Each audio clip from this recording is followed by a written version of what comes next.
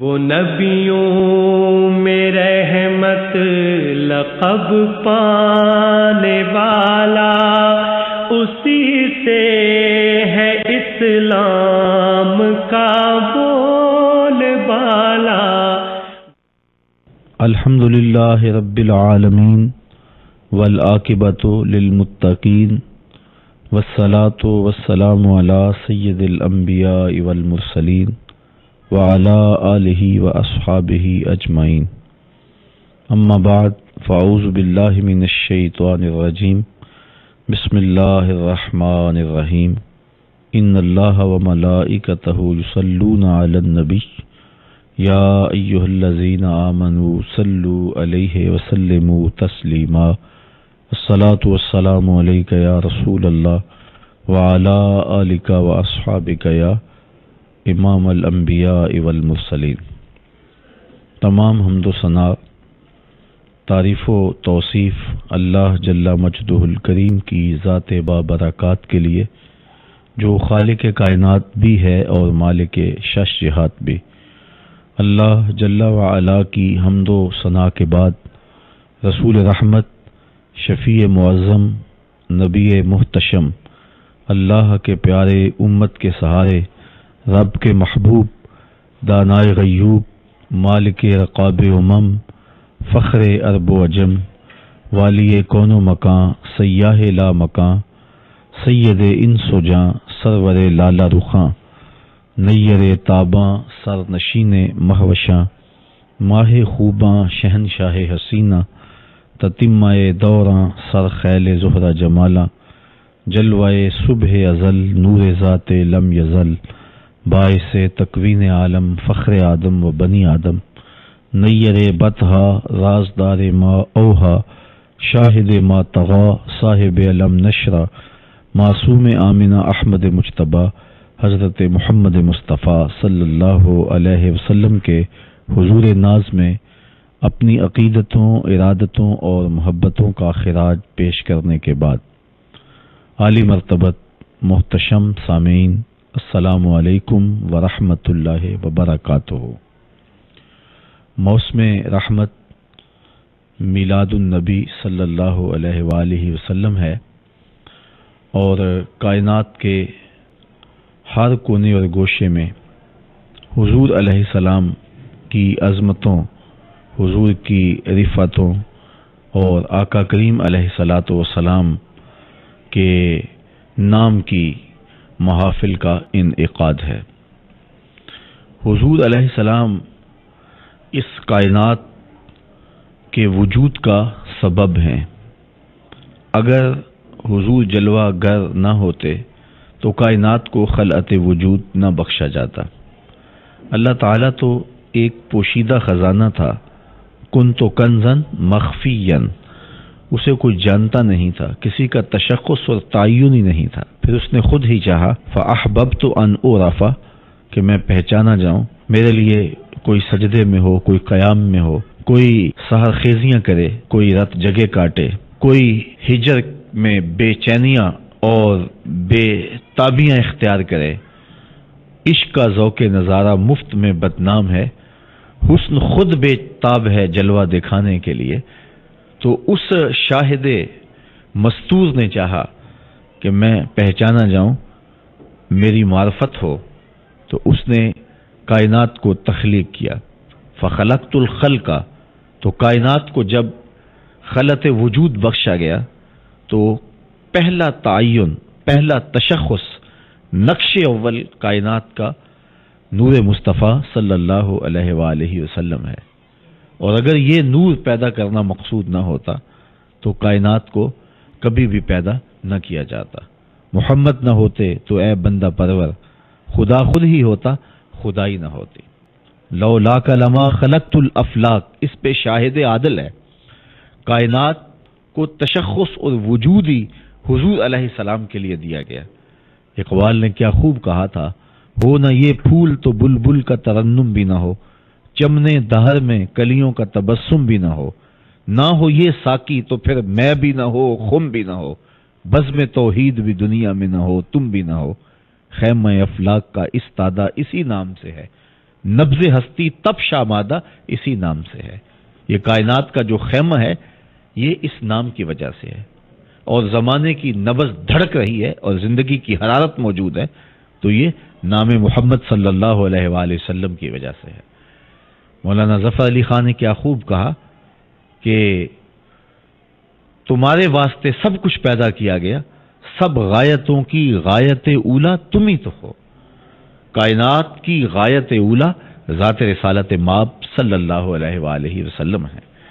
تو اس لیے حضور کا وجود مسعود اس کائنات کی تخلیق کا باعث اور سبب ہے، اور حضور وجہ تخلیق کائنات ہیں۔ کائنات کی ساری روشنیاں، کائنات کا سارا اجالا حضور کے دم سے ہے۔ اسی لیے حضور کی آمد سے کائنات میں خوشی پھیل گئی کہ جس کے لیے کائنات تخلیق کی گئی، جس کے لیے بزم عالم کو سجایا اور سنوارا گیا، جس کے لیے کونین کو خلط وجود بخشا گیا، آج وہ جلوہ گر ہو کے اس دنیا کے اوپر اپنا فیضان بانٹنے کے لیے تشریف لا رہا ہے۔ مصطفیٰ کریم علیہ الصلوۃ والسلام کی جب جلوہ گری ہوئی تو پوری کائنات سراپا چشم بنی ہوئی تھی۔ حضور کے منتظر تھے، کائنات کے ایک ایک فرد کو حضور کا انتظار تھا۔ زمانہ راہیں تک رہا تھا، وہ جس کے ذکر پر داؤد نے نغمہ سرائی کی، وہ جس کے نام پر شاہ سلیمان نے گدائی کی، دل یحییٰ میں رہ گئے ارماں جس کی زیارت کے، لب عیسیٰ پہ آئے واز جس کی شان رحمت کے، جو بن کے روشنی پھر دیدہ یعقوب میں آیا، جسے یوسف نے اپنے حسن کی نئے رنگ میں پایا، ندانم آ گلے خنداں چے رنگو بو دارت کہ مرغے ہر چمن آرزوئے او دارت، کہ مرغے ہر چمن آرزوئے او دارت، ہر کوئی اسی کی تمنا میں بے چین ہے اور تڑپ رہا ہے۔ زمانہ منتظر ہے کہ وہ کب آئیں گے۔ کوئی ہاتھ پھیلا کے کہہ رہا ہے ربنا وابعث فیہم رسولا، مالک انتظار کر کر کے اب تو آنکھیں بوڑھی ہو گئیں، وہ کب آئے گا جس کا تو نے وعدہ کیا ہے۔ کوئی کہہ رہا ہے لیسا بفظ ولا بغلظ، وہ ترشرو نہیں ہوگا، اس کی طبیعت کے اندر سختی نہیں ہوگی، نرم مزاج ہوگا، نرم خو ہوگا، بس وہ آنے والا ہے۔ حضرت عیسیٰ تو بولے مبشرم برسول یاتی من بعد اسمہ احمد، لوگوں میں تمہیں نام بھی بتا دیتا ہوں، میرے بعد بس وہ جلوہ فراز ہونا چاہ رہا ہے اور اس کا پیارا نام احمد ہے۔ زمانہ آنکھیں بچھائے اس مسیحا کا منتظر تھا کہ وہ کب جلوہ گر ہو۔ عرب کے ریگزاروں میں دبی ہوئی معصوم بچیاں اشکوں کے کشکول لیے منتظر کھڑی تھیں، بیواؤں کی سسکیاں، یتیموں کی چیخیں اور غلاموں کی آہیں جب عرش مولا سے ٹکرائیں تو رب کائنات کو دکھی انسانیت پہ رحم آ گیا، آمنہ کی آغوش میں محمد مصطفیٰ تشریف لے آئے۔ کائنات میں ہر سمت روشنی ہی روشنی پھیل گئی۔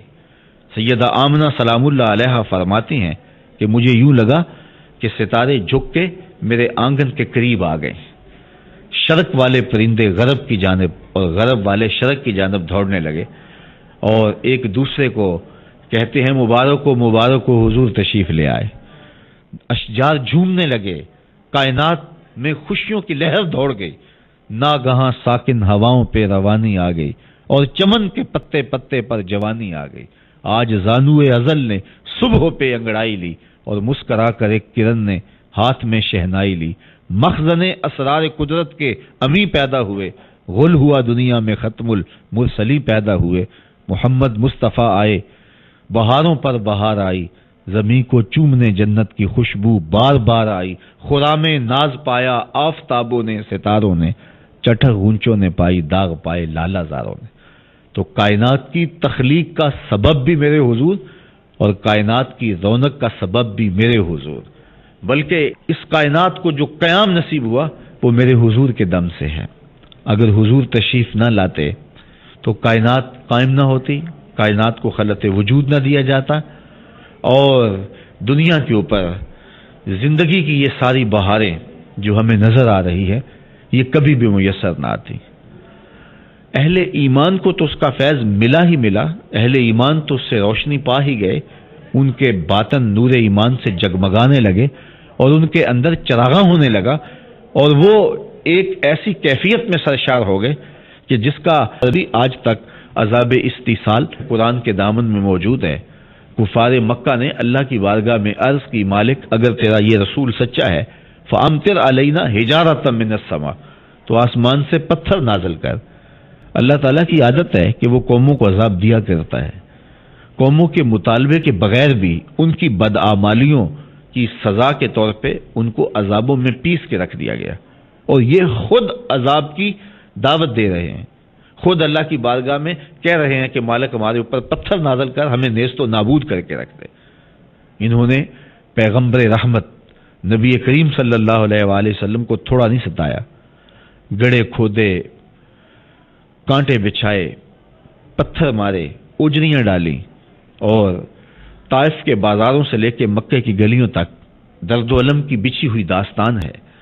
لیکن اس کے باوجود، ان کے مطالبے کے باوجود اللہ تعالیٰ جل شانہ نے ان پر عذاب نازل نہیں کیا۔ ان کے مطالبے کے باوجود ان کو عذاب استیصال سے محفوظ رکھتے ہوئے فرمایا کہ یہ تو محبوب مطالبہ کرتے ہیں، ان کا تقاضا تو ہے، لیکن میں ان پہ عذاب نازل کرنے والا نہیں، اس لیے کہ وما کان اللہ لیعذبہم وانت فیہم، عذاب اس لیے نازل نہیں کرتا کہ ان کے اندر محبوب تو جو رہتا ہے، تیرے وجود کی برکت سے یہ بھی بچے ہیں۔ تو رحمت کا دامن اس قدر وسیع ہے کہ اپنے تو اپنے ہی، غیر بھی اس دامان رحمت میں چھپ کے زندگی کی امان پاتے ہیں۔